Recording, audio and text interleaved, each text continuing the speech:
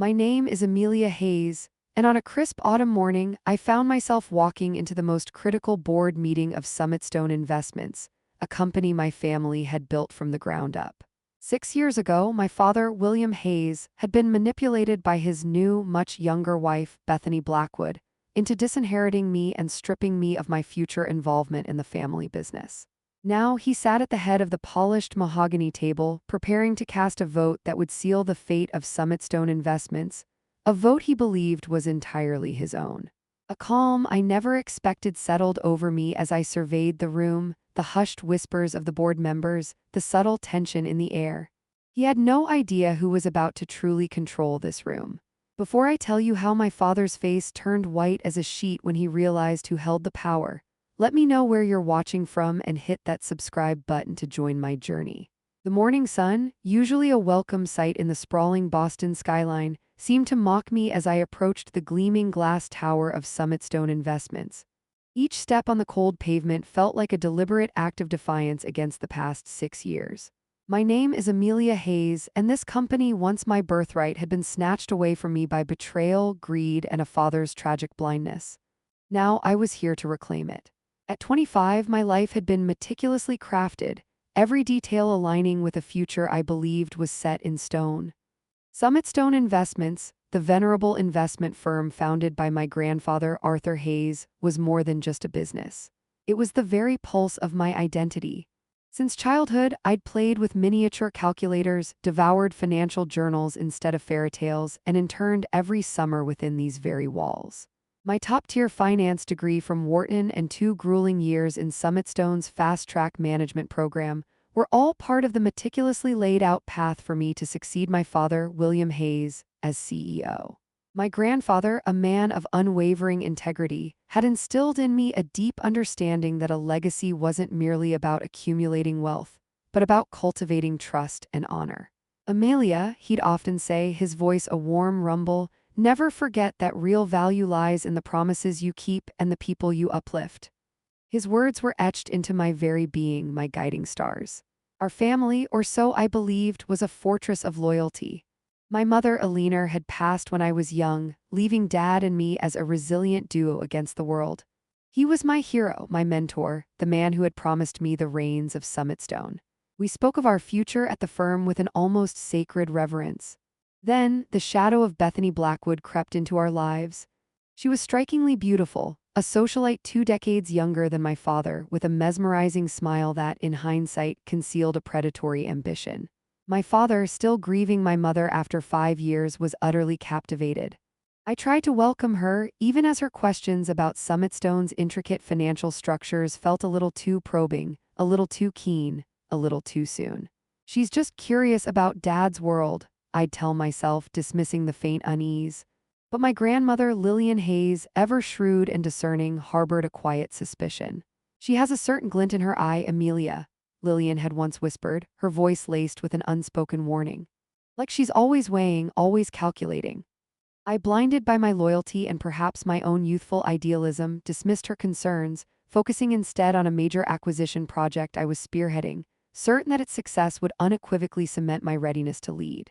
The changes in my father were subtle at first, almost imperceptible.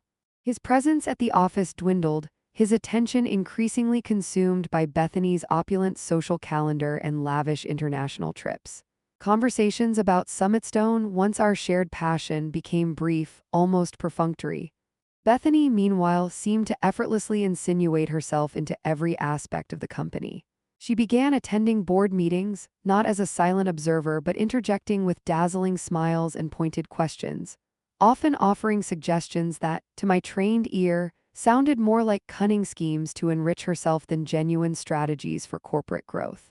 She even championed a radical restructuring of the board, arguing for fresh, modern perspectives that would conveniently dilute the influence of long-standing, loyal members, precisely those who had been steadfast allies of my grandfather. I voiced my concerns to my father, gently reminding him of grandfather Arthur's core principles of integrity and our dedicated team.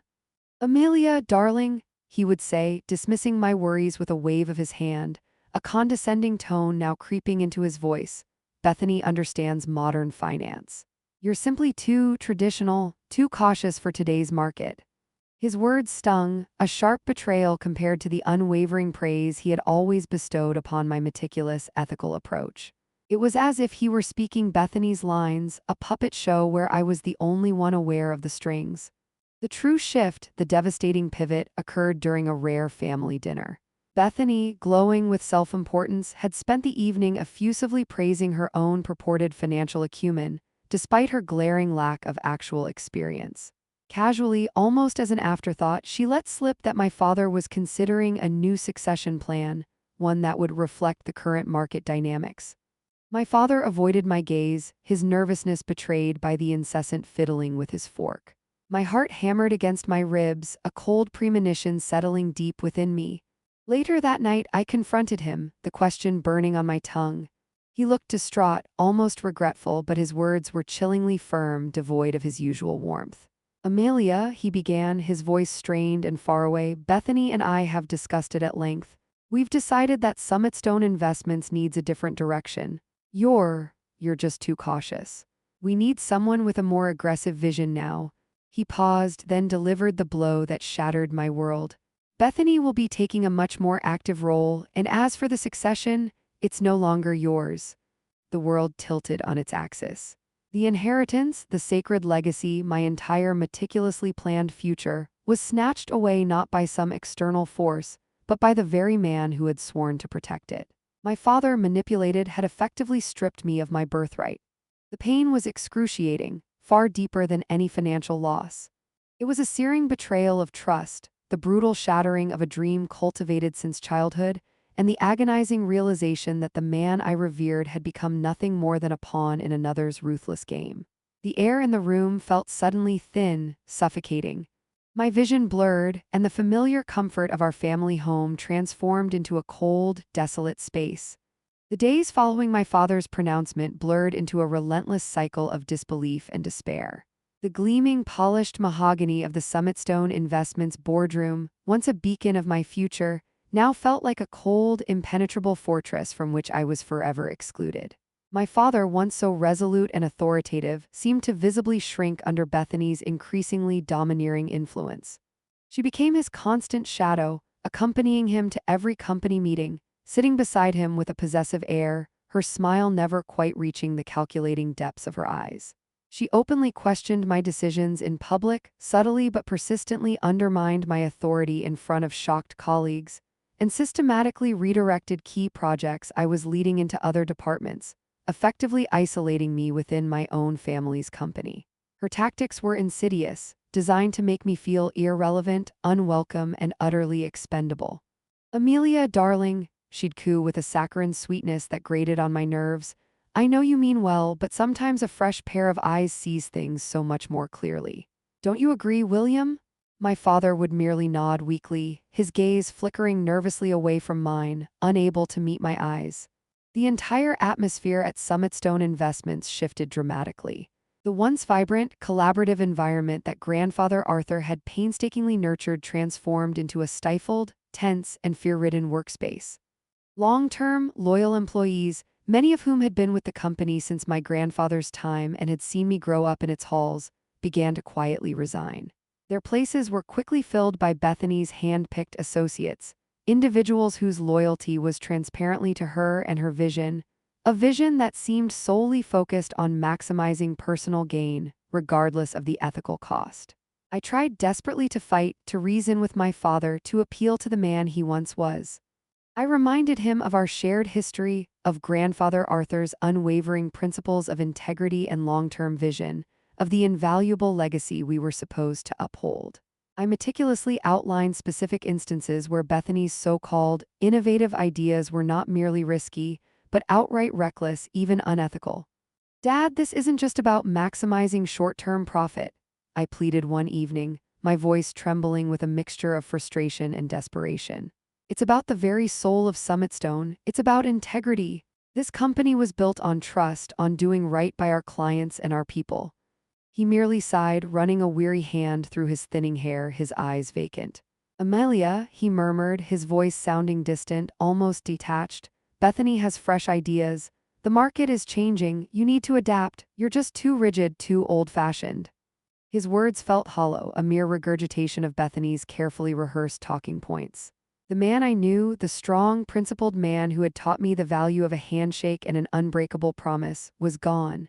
He was replaced by a hollow shell, a silent puppet on Bethany's increasingly visible strings. It was agonizingly clear that his blind infatuation with her had utterly consumed him, rendering him oblivious to the devastating destruction she was wreaking on his own family and his life's work.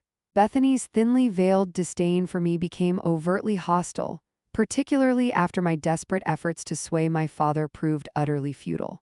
At the company's annual holiday party, a grand affair I had once helped plan, she deliberately forgot to include me in the official toast, then launched into a pointed, thinly veiled comment about those who cling to the past, holding others back from progress. Later, I overheard her telling a group of impressionable junior executives, her voice dripping with condescension, "Amelia simply doesn't have the stomach for real business. She's far too sentimental. Summitstone needs a killer instinct now, not a librarian."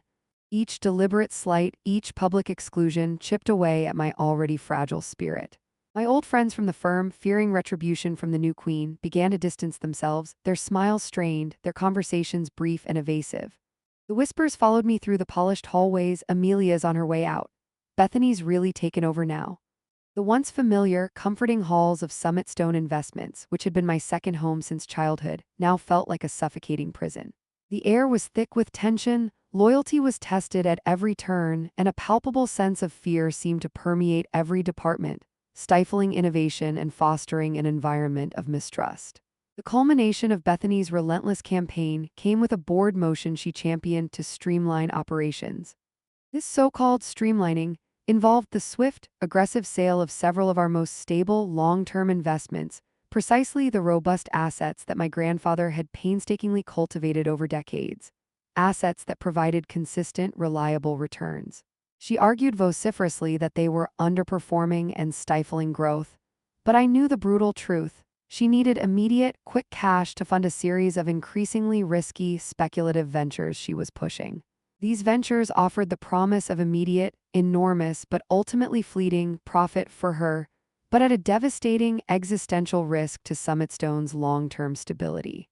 I fought tooth and nail against her proposal, presenting detailed, irrefutable analyses demonstrating the sheer recklessness of her plan, the catastrophic potential for loss that lay hidden within her glossy projections. My father, however, abstained from the vote, a gutless act that felt like the ultimate, final betrayal. The motion passed, and the very next day I found a formal notice of my restructuring, a polite, corporate euphemism for being unceremoniously pushed out. My office was cleared, my access badges revoked, and my name summarily removed from the Summitstone Investments directory. My legacy, my future, everything I had worked for was gone, evaporated in a cloud of dust. As I walked out of the building for the very last time, the cold autumn wind whipping around me mirrored the profound emptiness in my heart. The familiar Boston skyline, once a boundless source of inspiration and dreams, now felt indifferent to my crushing sorrow. My personal life, too, had been deeply affected. The unrelenting stress had caused sleepless nights, annoying anxiety, and a general sense of profound unease. I knew with an agonizing certainty that I couldn't possibly stay in Boston, not with the constant, searing reminders of what I had so unjustly lost. I needed to disappear, to heal, to find a new path, far, far away from the suffocating shadow of Summitstone Investments and Bethany's triumphant, mocking smirk. Leaving Boston felt less like an escape and more like a desperate, full-scale retreat. The city, once a vibrant backdrop to my soaring aspirations, had been cruelly transformed into a desolate mausoleum of shattered dreams. With a heavy heart and a single, hastily packed suitcase, I drove west, directionless, aimless, knowing only that I needed to be as far as humanly possible from the suffocating echoes of Summitstone Investments and the venomous whispers of Bethany Blackwood. I eventually found myself in Scottsdale, Arizona, drawn by the stark, humbling beauty of the desert landscape and the relentless promise of a sun that seemed to possess the power to burn away even the deepest shadows. My meager savings, though limited, provided a desperately needed, if temporary, buffer. I found a modest, anonymous apartment, a stark contrast to my luxurious Boston flat, and spent my days walking through the vast, quiet landscapes, the silence a balm to my raw, wounded spirit. I was trying, with every fiber of my being, to piece myself back together. The profound stillness of the desert was a jarring contrast to the incessant, frantic hum of Boston, yet it offered a calming, almost therapeutic presence that allowed me to finally confront the raw, bleeding wound of betrayal that festered within me. I felt utterly adrift, a seasoned finance executive stripped of her firm, a daughter robbed of her clear future. The bitterness lingered, a constant, gnawing ache in my chest, a phantom limb of my former life. In those dark moments, I considered abandoning finance entirely, pursuing a simpler, less cutthroat existence, far removed from the predatory world that had so cruelly betrayed me. However, the deep-seated work ethic and unwavering resilience instilled in me by my grandfather, Arthur Hayes, eventually resurfaced, slowly but surely. I found I couldn't, in good conscience, abandon the core principles he had taught me, the unwavering passion for ethical investment, the commitment to long-term value, just because of my father's tragic weakness and Bethany's monstrous transgressions. My mind, rigorously trained to analyze complex financial data, refused to sit idle. I began to read voraciously, devouring every book I could find on alternative investments, sustainable businesses, and emerging markets. I noticed, with growing fascination, a burgeoning trend in the southwestern states: the rapid expansion of innovative, eco-friendly tech startups, particularly those pioneering advancements in the renewable energy sector.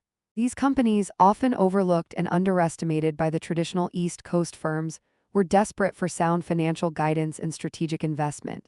I saw an opportunity, a unique niche where my specific expertise, a rare blend of traditional, rigorous finance with a deep understanding of new, ethical business models, could truly make a significant difference. It was a chance, a precious chance, to build something entirely new, something untainted by the bitter memories of the past, something pure and aligned with grandfather's true vision. My first tangible step was to secure a small, part-time consulting gig with a local venture capital firm. It was a humble beginning, a far cry from the multi-million-dollar deals and high-stakes negotiations that were commonplace at Summitstone Investments, but it allowed me to tentatively dip my toes back into the industry without feeling completely overwhelmed. I worked with a quiet, fierce diligence, often putting in extra, unpaid hours, meticulously analyzing nascent startups, identifying truly promising ventures, and helping them navigate the complex, often daunting landscape of early-stage venture funding.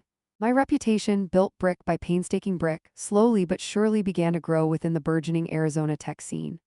Unlike the established, often rigid and insular structures of East Coast finance, the Desert Bloom, as I came to call it, was characterized by boundless innovation, open collaboration, and a refreshing willingness to take calculated risks on unconventional, yet impactful, ideas.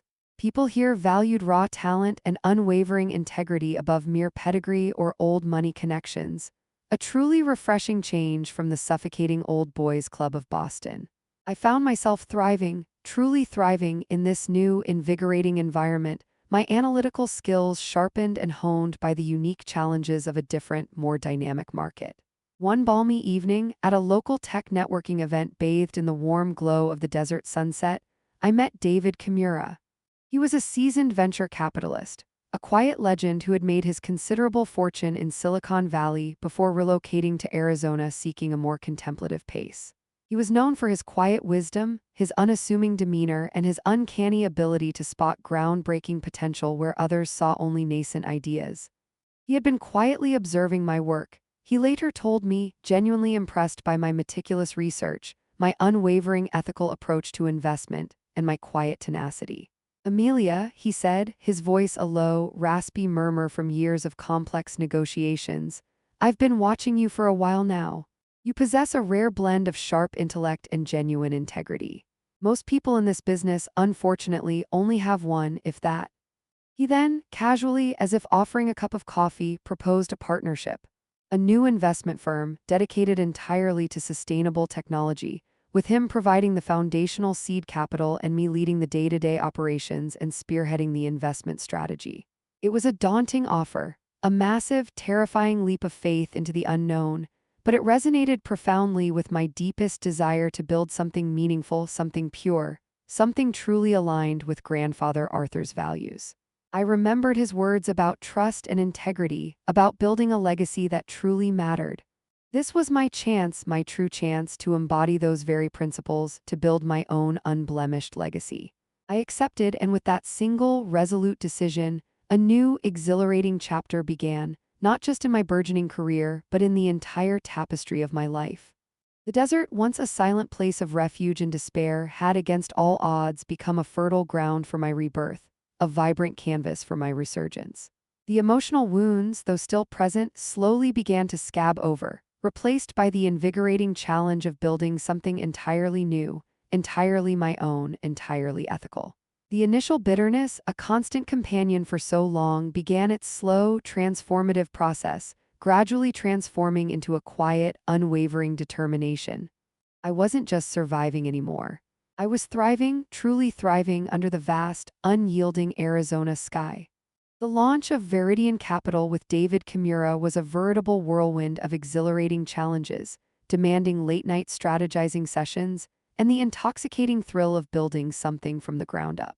Our vision was crystalline clear: to swiftly become the leading investment firm for sustainable technology across the entire Southwest, backing not only companies that promised robust financial returns, but also those committed to forging a profoundly positive environmental and social impact. David, with his extensive, invaluable network and decades of seasoned experience in the cutthroat world of venture capital, proved to be an indispensable mentor, guiding me with a steady hand through the labyrinthine intricacies of establishing and scaling a successful firm from its nascent stages. He patiently imparted to me the subtle art of the deal, the delicate nuances of high-stakes negotiation, and the paramount importance of calculated, strategic risk-taking. I, in turn, brought my meticulously honed analytical skills, my deep, intuitive understanding of rapidly evolving market trends, and a relentless, unwavering dedication to identifying truly innovative and ethically sound startups that others often overlooked. Together, we were a formidable, complementary team, a rare blend of seasoned wisdom and fresh, pioneering perspective. Our first year at Veridian Capital was entirely dedicated to meticulously establishing our burgeoning reputation. We painstakingly vetted hundreds of nascent startups, choosing only a select handful that aligned perfectly with our stringent mission and exacting criteria. One of our earliest and most promising investments was Solera Innovations, a groundbreaking solar energy storage company that promised to revolutionize the renewable energy landscape. I immersed myself in their project, spending countless hours working intimately with their brilliant founders, meticulously refining their intricate business plan, diligently securing crucial strategic partnerships, and expertly helping them navigate the complex, often bewildering landscape of venture funding. The undeniable success of Solera Innovations quickly became our flagship achievement, a shining beacon that attracted significant attention from investors and media outlets from across the entire country. Other venture capitalists and institutional investors began to take keen notice of Veridian Capital, quickly recognizing our unique niche, our ethical approach, and our impressively robust early returns. We weren't merely making money, we were demonstrably making a tangible, positive difference in the world, a core principle that resonated profoundly with my deepest values and aspirations. As Veridian Capital expanded its reach and solidified its position, so too did my personal confidence blossom and flourish. The searing sting of my father's betrayal, once a constant, agonizing presence, began its slow but sure process of fading, gradually replaced by a quiet, deeply satisfying sense of accomplishment in my own hard-won achievements. I no longer dwelled obsessively on what I had irrevocably lost, but instead focused with laser-like precision on the thriving, impactful empire I was diligently building. I found profound joy in the work itself, in the invigorating process of helping brilliant innovators transform their audacious ideas into tangible realities, in actively contributing to the vital creation of a more sustainable and equitable future. My personal life, too, began its own beautiful flourishing. I met Robert Sinclair, a kind-hearted and deeply empathetic architect who shared my fervent passion for environmental sustainability and our mutual love for long, contemplative hikes in the vast, serene desert landscapes. He was a steady, unwavering source of support, a calming presence unlike anyone I had ever encountered in the frenetic world of Boston. He listened without judgment, celebrated my every success with genuine enthusiasm, and offered a comforting, grounding presence during moments of strategic intensity or self-doubt. Our burgeoning relationship was meticulously built on a firm foundation of mutual respect, shared values, and profound understanding. A stark, refreshing contrast to the often superficial and transactional connections I had encountered in my previous, glittering but hollow life. Meanwhile, fragmented news from Boston occasionally trickled back to me, usually through the discreet channels of old, trusted colleagues who still covertly kept in touch, their loyalty to me enduring despite the circumstances. Summitstone Investments, operating under Bethany Blackwood's notoriously aggressive vision, was facing increasingly significant headwinds. Her reckless, speculative ventures had proven disastrously ill-conceived, systematically bleeding the company of its once robust capital and meticulously cultivated reserves. Many of the long-term, ethically sound investments that my grandfather, Arthur Hayes, had painstakingly nurtured and that had formed the bedrock of the firm's stability, had been sold off at a significant loss to desperately cover Bethany's imprudent, self-serving gambles. The once sterling reputation of the firm was now severely tarnished, replaced by pervasive whispers of gross mismanagement, rampant instability, and a humiliating string of highly publicized failed deals.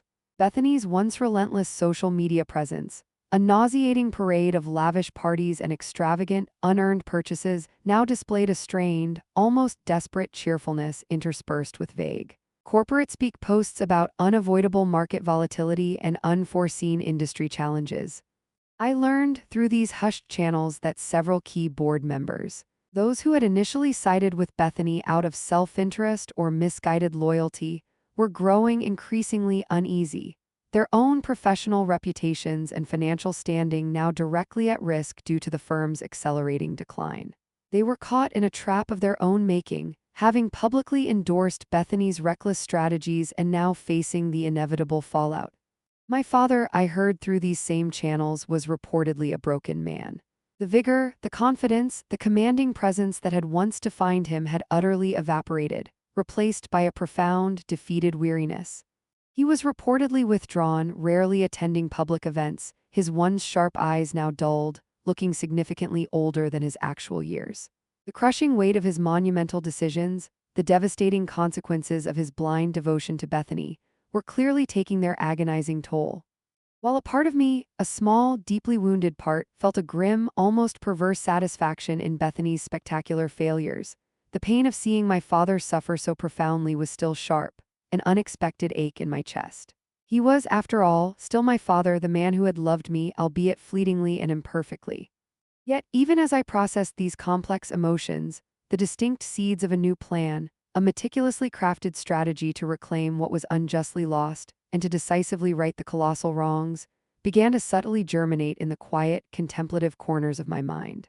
Veridian Capital was no longer just a promising startup. It was rapidly growing into a formidable force not just in Arizona but across the entire nation. We were gaining undeniable traction, acquiring significant market share, and the broader financial landscape was unmistakably shifting in our favor. I began to realize with a growing sense of clarity that the very empire my father and Bethany had seemingly conspired to destroy was not truly gone. It was merely dormant, lying fallow, waiting patiently for the opportune moment, and the right, determined hand to meticulously revive it. Veridian Capital's growth accelerated with breathtaking speed, fueled by a series of consistently successful investments and our rapidly solidifying reputation as a firm committed unequivocally to both profitability and unwavering ethical practices. Our investment portfolio diversified exponentially, encompassing not just cutting-edge solar energy solutions, but also groundbreaking sustainable agriculture technology, innovative clean water solutions, and highly efficient AI-driven waste management systems. I transitioned from a respected analyst to a highly sought-after speaker at prestigious industry conferences, my insightful perspectives on impact investing resonating deeply with a new generation of environmentally conscious entrepreneurs and forward-thinking investors. Robert Sinclair, my steadfast partner, remained my unwavering anchor through it all. He was my confidant, celebrating every triumph with genuine joy and offering quiet, reassuring support during moments of intense strategic pressure. Our life together flourished in Arizona, vibrant and deeply fulfilling, a testament to my profound resilience and tireless hard work. Yet, despite my burgeoning success and personal happiness, the ghost of Summitstone Investments still lingered, a constant, low, almost imperceptible hum in the background of my consciousness. I didn't actively seek out information, but news about its increasingly dire struggles seemed to find its way to me through the ubiquitous financial journals, the whispered industry gossip, and the occasional, deeply concerned phone call from my beloved grandmother, Lillian Hayes. Lillian, who had always been fiercely loyal to me and to the enduring legacy of my grandfather, Arthur Hayes, became my most reliable, if utterly unwitting, source of crucial intelligence. She would call under the guise of casual family updates, her voice laced with a thinly veiled worry that betrayed her true concerns about Summitstone Investments. "Amelia, dear," she'd say, her voice trembling slightly, "your father looks absolutely dreadful, so pale and drawn. And Bethany, well, she's spending money at an alarming rate, far faster than the firm is possibly making it.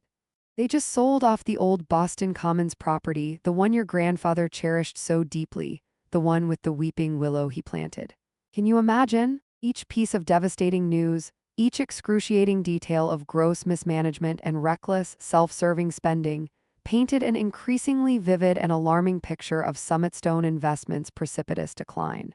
The company, once a towering pillar of financial stability and unwavering trust, was hemorrhaging assets and its once impeccable reputation under Bethany Blackwood's disastrous, short-sighted leadership. My father, according to Lillian, was becoming increasingly reclusive, a virtual prisoner within a gilded cage of Bethany's making, a silent, agonizing witness to the slow, agonizing undoing of his life's work and his family's legacy.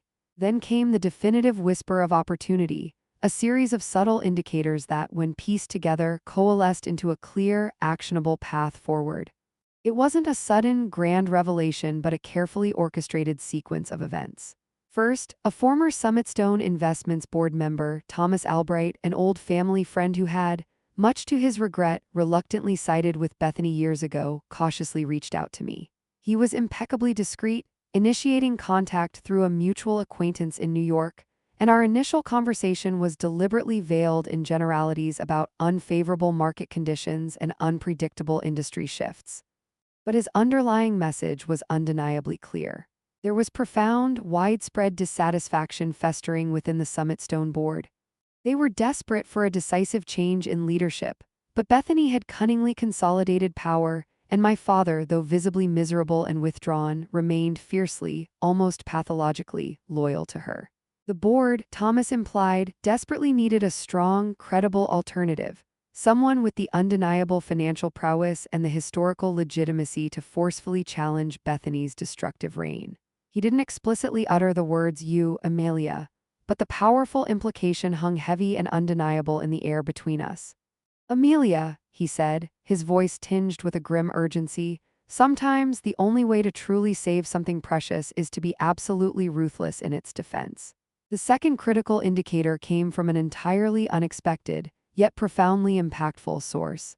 A deeply disgruntled senior analyst named Marcus Thorne, who had recently, and abruptly, resigned from Summitstone Investments.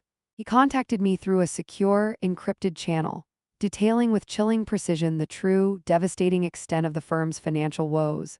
The almost completely depleted reserves, the crushing, unsustainable debt incurred from Bethany Blackwood's series of spectacular failed ventures, and her increasingly erratic and desperate attempts to secure new, equally reckless investments. He shared a trove of internal documents, meticulously leaked anonymously, that painted a damning picture of systemic mismanagement and blatant potential for malfeasance.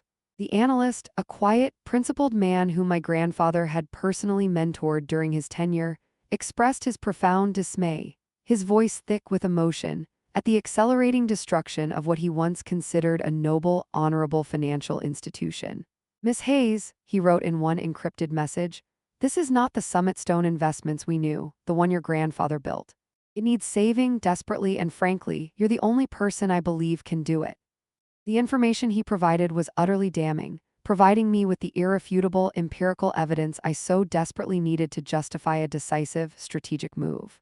Finally, David Kimura, with his uncanny ability to sense a shift in my focus and energy, pulled me aside during a quiet moment.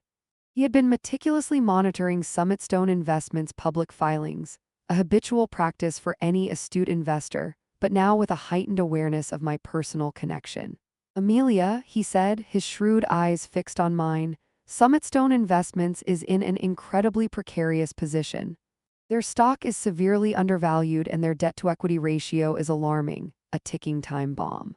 It's quite frankly a prime target for a hostile takeover or a strategic acquisition, if handled with extreme precision and absolute discretion.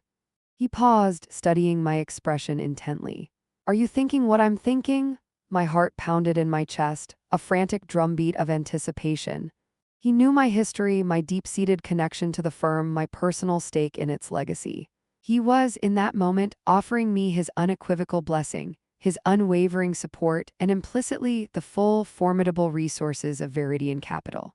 The whispers that had once been faint, barely audible, had now converged into a resounding roar, and the path to reclaim my future, to irrevocably honor my grandfather's cherished legacy, and to finally bring Bethany Blackwood's destructive, self-serving reign to an absolute and humiliating end, lay starkly and brilliantly clear before me. The Arizona desert, once a place of quiet refuge, had rigorously prepared me for this impending battle, sharpening my formidable skills, fortifying my unwavering resolve, and arming me with a powerful, ethically driven empire of my very own. The decision to make a decisive move on Summitstone Investments was not one I made lightly, despite the years of pain and betrayal. It was a choice fraught with immense emotional complexity, a delicate, precarious balance between righteous vengeance for what had been stolen and the deeply ingrained desire to truly save a cherished legacy that transcended mere profit. Robert Sinclair, ever the calm and grounding force in my life, helped me navigate the churning waters of my emotional turbulence. Amelia, he advised, his voice soft but firm, your true strength isn't found in anger or bitterness, but in your unwavering integrity. Let that principle guide your every strategy, your every action. He was profoundly right. My ultimate aim wasn't merely to humble Bethany. It was to salvage what precious remnants remained of my grandfather's visionary ideals, to painstakingly restore the firm's once impeccable integrity, and perhaps most importantly, to finally free my father from Bethany's insidious, destructive influence. David Kimura, meanwhile, proved to be an utterly invaluable co-conspirator, a master strategist behind the scenes.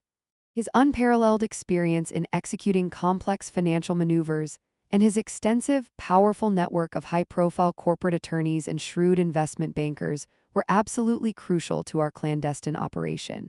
We assembled a small, incredibly discreet, and highly efficient team within Veridian Capital, working under the most stringent non-disclosure agreements, dedicating countless, sleepless hours to meticulously planning every single detail of our strategic maneuver. Our initial strategy hinged on a discreet, almost undetectable accumulation of Summitstone Investments' publicly traded stock. The company, battered by Bethany Blackwood's reckless decisions and plummeting returns, had seen its share price driven down to historically low levels, making it an exceptionally attractive target for strategic acquisition. We meticulously utilized various shell corporations and carefully structured offshore entities to buy shares in small, seemingly innocuous increments, painstakingly avoiding any discernible patterns that might trigger alarm bells within Summitstone or inadvertently indicate a hostile intent. This stealth acquisition phase was executed with military precision, requiring an almost intuitive understanding of market psychology and the intricate nuances of regulatory loopholes. We were absolutely committed to ensuring that neither Bethany nor my father suspected anything out of the ordinary until it was far too late for them to react. The ultimate goal was to rapidly achieve a significant ownership stake that would grant us undeniable leverage, enough to legally call for a special board meeting, and more crucially, to force a vote on the firm's leadership. Simultaneously, we began discreetly reaching out to disgruntled institutional investors and long-standing individual shareholders who had, like me, grown increasingly disillusioned and frustrated with Bethany's erratic, self-serving leadership and Summitstone Investments' plummeting financial performance. Concurrently, our formidable legal team, led by the sharp-witted and relentless corporate lawyer, Elena Castillo, began preparing the exhaustive groundwork for a comprehensive class action lawsuit. This wasn't merely about personal revenge, though that was an underlying current. It was about holding Bethany unequivocally accountable for her gross mismanagement and her blatant breach of fiduciary duty to the long-suffering shareholders. Elena meticulously compiled every single piece of damning evidence, painstakingly cross-referencing information from the leaked internal documents provided by Marcus Thorne with publicly available filings, building an irrefutable and compelling case of gross negligence and self-serving financial decisions that had directly and grievously harmed the company and its investors. This impending lawsuit would serve as a powerful psychological weapon, a public exposé that would further destabilize Bethany's already precarious position and provide an unassailable legal basis for her immediate removal.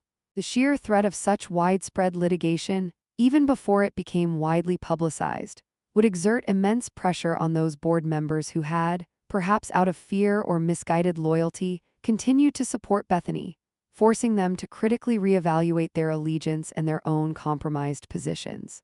The timing of our decisive move was absolutely critical, a matter of perfect precision. We patiently waited for Summitstone Investments' annual shareholders meeting to be officially announced, knowing it would provide a prime, legitimate opportunity to publicly leverage our accumulating shares and expose Bethany's catastrophic failings to a wider audience. However, an even more immediate and compelling opportunity dramatically presented itself. Bethany, in a desperate, last-ditch attempt to secure fresh capital for yet another one of her high-risk, self-serving ventures, had unilaterally called for an urgent, unscheduled board meeting to ram through the approval of a highly controversial and incredibly risky bond issuance.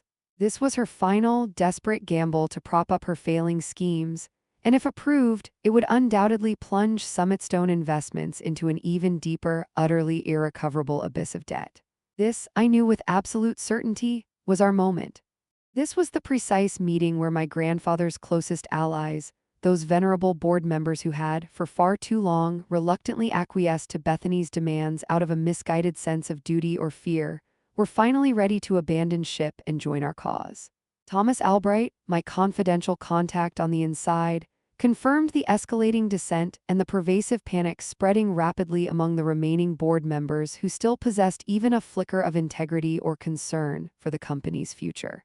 The day before the crucial board meeting, we executed the final, audacious phase of our meticulously crafted plan. Our network of shell corporations publicly disclosed their cumulative ownership stake in Summitstone Investments, sending shockwaves throughout the financial world. The revelation that Veridian Capital, through a series of complex, carefully orchestrated transactions, now held a substantial, controlling block of shares, enough to decisively challenge Bethany's iron grip, immediately triggered a freefall in Summitstone Investments' already plummeting stock price and ignited a ferocious media frenzy. Financial analysts and industry pundits speculated wildly about an impending hostile takeover, and the pressure on both Bethany and my father escalated to unprecedented, unbearable levels.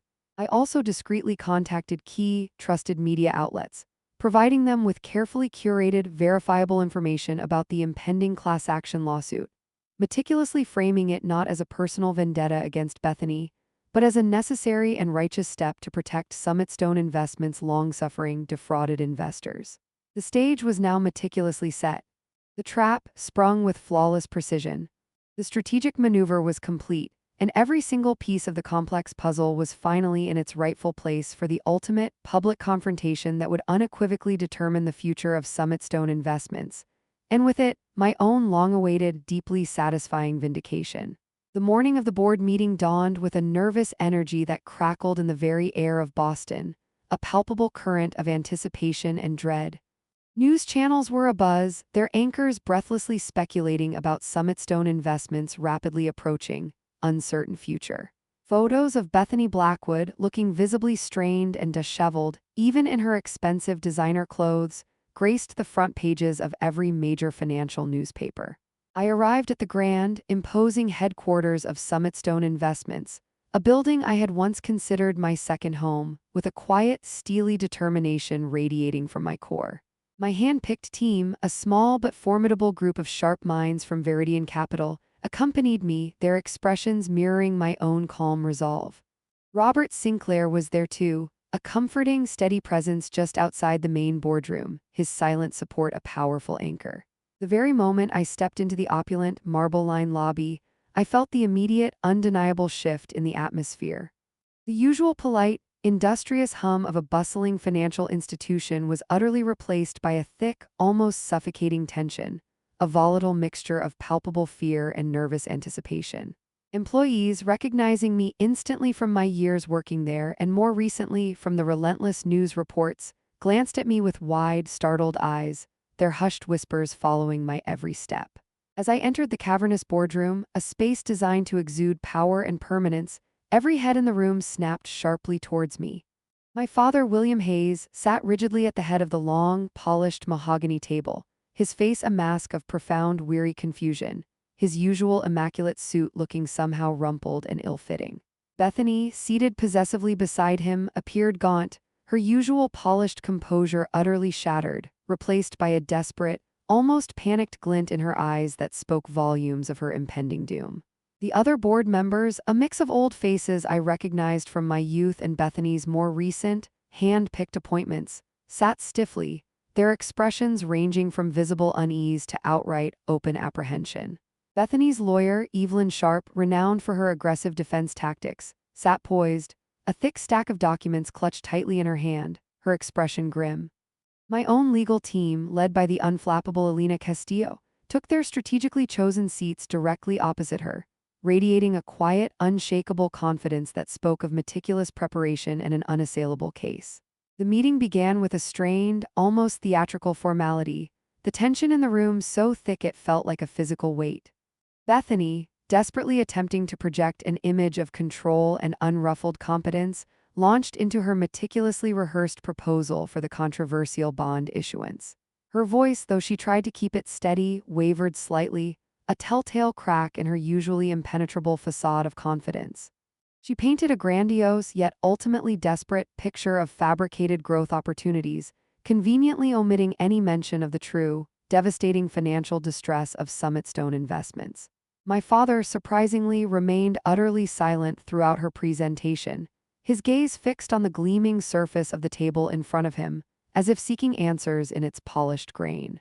When the time for questions finally arrived, a moment I had meticulously prepared for, I calmly raised my hand, my voice steady and clear, carrying effortlessly across the tense room. "Miss Blackwood," I began, using her maiden name with a subtle, almost imperceptible emphasis, a deliberate choice designed to highlight her intertwined fate with the firm's current dire situation. Given the firm's current overwhelming liabilities and the recent, consistently poor performance of your much-touted investment strategies, how exactly do you propose to ensure the success of this undeniably high-risk bond issuance without further endangering the company's already precarious solvency and irrevocably jeopardizing vital shareholder value? Her eyes narrowed to venomous slits, a flicker of raw hatred igniting within their depths. "Amelia," she snapped back, her voice laced with thinly veiled contempt, "your unsolicited presence here is, frankly, a complete surprise. And your questions are baseless, utterly without merit. My strategies, as you well know, are sound." It was at this precise moment that Alina Castillo, my brilliant and composed legal counsel, seamlessly stepped in. Her voice, calm but imbued with an undeniable firmness, sliced through the tense atmosphere. "Miss Blackwood," Alina stated, her gaze unwavering, "our firm represents a consortium of highly significant shareholders, including Veridian Capital, who hold a substantial and, as of yesterday, publicly disclosed controlling stake in Summitstone Investments. Furthermore, we also represent numerous individual investors who are actively preparing a comprehensive class action lawsuit alleging gross mismanagement, a clear breach of fiduciary duty, and potentially fraudulent activities under your direct leadership." A collective gasp rippled audibly through the room, as if a powerful electric current had passed through every person present. Bethany gasped, her already pale face draining of any remaining color, her lips parting in a silent, horrified "oh." My father finally looked up, his eyes wide with profound shock and disbelief, his gaze darting frantically between Bethany, then to me, then back to Bethany as if trying to comprehend an impossible reality. "What is the meaning of this, Amelia?" he whispered, his voice barely audible, thick with raw agony. "The meaning, Dad," I replied, my voice unwavering, devoid of any tremor, "is accountability. And it's about saving Summitstone Investments from being completely destroyed by greed and incompetence." Alina, undeterred by the stunned silence, continued her meticulous presentation, laying out with chilling precision the irrefutable evidence of Bethany's extensive financial misdeeds. The staggeringly reckless investments, the unwarranted and illegal asset liquidations, the criminally inflated valuations of her spectacular failed ventures, each detail a carefully placed, unassailable piece of the puzzle. She cited specific dates, exact figures, and incriminating internal memos, each piece of evidence serving as another nail in Bethany's rapidly sealing coffin. Bethany, now visibly trembling, tried desperately to interject, to deny, to deflect the blame, to invent increasingly transparent lies. But Alina's methodical, logical presentation left absolutely no room for doubt or counterargument. The tension in the room became suffocating, almost unbearable. Board members, their faces etched with newfound fear, exchanged nervous, desperate glances, their initial apprehension now spiraling into palpable terror for their own professional reputations and financial well-being. One of them, Thomas Albright, the former board member who had secretly reached out to me, cleared his throat, his voice now firm, imbued with a newfound resolve. "Miss Blackwood," he said, his gaze meeting mine in a silent acknowledgement, "this evidence is, frankly, utterly disturbing. We need to immediately reconsider the bond issuance and, quite frankly, your continued leadership of this firm." Then came the climactic, defining moment, the moment I had envisioned and painstakingly worked towards for 6 long years. Furthermore, Alina announced, her voice cutting through the stunned, horrified silence like a sharp blade, her words echoing with undeniable authority, "Our clients, holding a significant number of shares in Summitstone Investments, and an even greater, decisive number of proxy votes diligently collected from other deeply dissatisfied shareholders, hereby officially call for an immediate vote of no confidence in Miss Blackwood's leadership, and concurrently a vote for entirely new management." She then, with deliberate dramatic flair, presented a thick stack of meticulously signed proxy forms, each one a silent, damning testament to Bethany's catastrophic failed stewardship and the widespread, seething discontent festering among the long-suffering investors. Bethany's face was now a ghastly, deathly white, her eyes darting frantically, wildly between the irrefutable documents and my own impassive, triumphant expression. My father, William, looked utterly, completely defeated, a shadow of his former self, staring blankly at the polished table as if it held all the agonizing answers to his suddenly ruined life. The seasoned chairman of the board, a man who had served loyally alongside my grandfather for decades, his face etched with profound regret and weariness, took a deep, shaky breath. "All in favor of the vote of no confidence?" he asked, his voice heavy with the gravity of the moment, the words a death knell for Bethany's reign. Hands slowly but surely began to rise around the table, a unified sea of quiet rebellion, a collective repudiation of Bethany's disastrous leadership. Bethany's lawyer, Evelyn Sharp, furiously scribbled notes, her voice a low, urgent whisper to her client, but it was abundantly clear that the battle was irrevocably lost. The vote passed overwhelmingly. Bethany's reign, built entirely on manipulation, deceit, and insatiable greed, had come to an abrupt, public, and utterly humiliating end. The boardroom, once her unchallenged domain, her personal stage, was now unequivocally mine. The immediate aftermath of the boardroom confrontation was not a moment of revelry, but a whirlwind of solemn activity, infused with a quiet, almost spiritual sense of justice. Bethany Blackwood, her face ashen and her body trembling uncontrollably, was escorted out of the grand Summitstone Investments building by her now-defeated lawyer, her once triumphant, defiant smirk replaced by an expression of utter, soul-crushing devastation. She cast one last, venomous glare in my direction, but it held no power, only the impotent rage of a cornered animal. My father, William Hayes, remained slumped in his chair, a truly broken man, staring blankly at the empty space beside him where Bethany had so recently held court. I approached him cautiously, a complex maelstrom of emotions swirling within me, a deep-seated compassion for his profound suffering, but also a lingering, bitter residue of resentment for his past betrayals. "Dad," I said softly, my voice filled with a mixture of sorrow and resolve, "we need to talk, truly talk, for the first time in years." He finally looked up, his eyes clouded with profound regret and unshed tears. "Amelia, what have I done to us?" he whispered, his voice barely audible, thick with raw agony. It was the first truly honest thing he had uttered in years.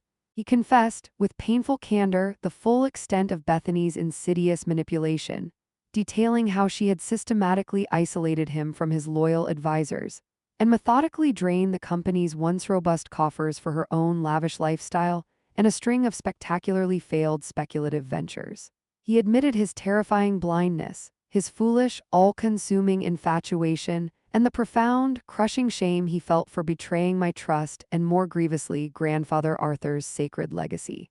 It wasn't an immediate fix, a magical healing, but it was a crucial, necessary first step towards painstakingly mending a deeply fractured, almost irreparably damaged relationship. With Bethany officially and unequivocally out of the picture, the arduous, monumental task of rebuilding Summitstone Investments began. I was appointed interim CEO by the now chastened board, a provisional role that, through sheer force of will and relentless dedication, quickly became permanent as I meticulously unraveled and painstakingly dismantled Bethany's catastrophic financial schemes. The reality was even worse than we had initially anticipated. The company was teetering precariously on the brink of complete collapse, burdened by monumental, suffocating debt and a severely, almost irredeemably damaged reputation. My core team from Veridian Capital, now fully integrated, worked tirelessly, often through sleepless nights, conducting exhaustive forensic audits, bravely renegotiating impossible loans, and implementing rigorous new financial controls that were utterly lacking under Bethany's anarchic rule. It was a Herculean effort, requiring every ounce of my expertise, resilience, and the unwavering support of David Kimura, who seamlessly integrated Veridian Capital's considerable resources into the painstaking rescue mission. Our core principle, one grandfather Arthur had always championed, unwavering transparency and unassailable integrity, became our North Star, guiding every single decision. We publicly acknowledged the painful truth of the past mismanagement, issued heartfelt apologies to the long-suffering shareholders, and laid out a clear, actionable, and meticulously detailed plan for the firm's long-term recovery. This radical honesty, though initially painful and humbling, began, slowly but surely, to restore investor confidence, a vital lifeline for the beleaguered company. The class action lawsuit against Bethany proceeded relentlessly, uncovering even more damning evidence of her blatant malfeasance and criminal negligence. The media, which had relished the dramatic, public boardroom confrontation, now reported extensively and with grim satisfaction on her spectacular downfall, painting a stark, undeniable picture of karmic retribution.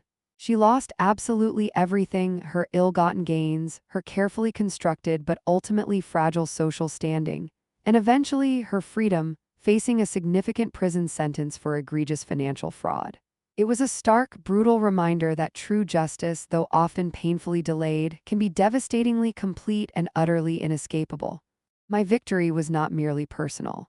It was a profound testament to the enduring power of ethical conduct, an unwavering integrity in a cutthroat world often swayed and corrupted by insatiable greed. While I felt no genuine glee in her ultimate suffering, there was a profound sense of closure, a deep, abiding satisfaction that she could no longer harm others as she had so cruelly harmed me and my family.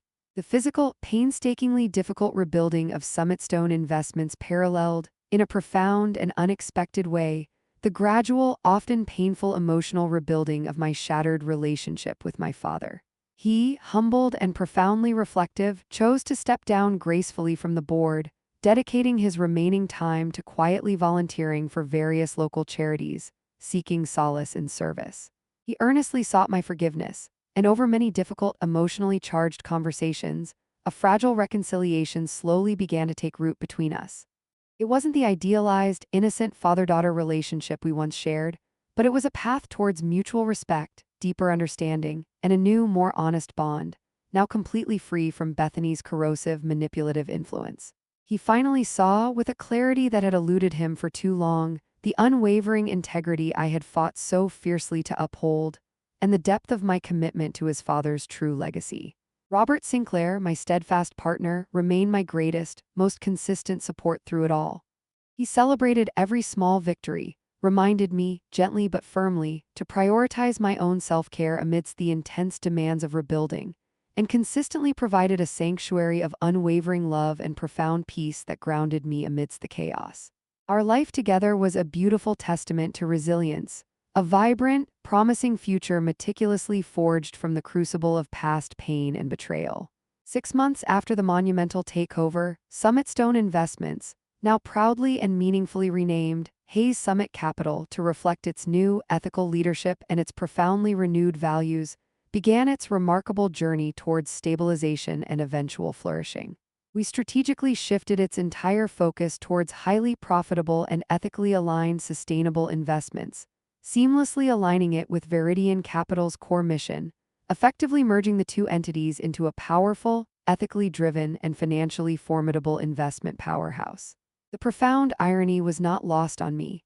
The very firm my beloved grandfather Arthur Hayes had so diligently built, and which had been brought to the very brink of destruction by betrayal and greed, was now not only thriving but leading the industry under the exact principles he had so carefully instilled in me, principles I had once thought were forgotten. My personal journey had been long and arduous, leading me through the deepest, darkest depths of betrayal and financial ruin, but it had, against all odds, ultimately led me to a place of unparalleled strength, profound purpose, and boundless, authentic happiness.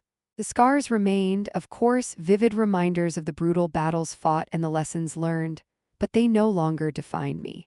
Instead, they had simply shaped me, tempered me, and ultimately transformed me into the resilient, compassionate, and visionary leader I was always truly meant to be, a dedicated steward of a glorious, reborn legacy, and the proud architect of my own authentic, profoundly prosperous future. Has someone in your family ever betrayed your trust in a way that forced you to reevaluate your entire future and rebuild from scratch? How did you navigate that incredibly difficult terrain, and what lessons did you learn along the way? I'd genuinely love to hear your stories and insights in the comments below. If my journey of betrayal, resilience, and reclamation resonated with you on any level, please don't forget to hit that subscribe button to join our community. And share this story with someone who might desperately need to hear that even the most profound betrayals can forge a path to unexpected growth and true empowerment when faced with unwavering courage and unshakable integrity. Thank you for listening to my story, and always remember that a legacy is not just inherited. It is built, protected, and ultimately redefined by your own strength and moral compass.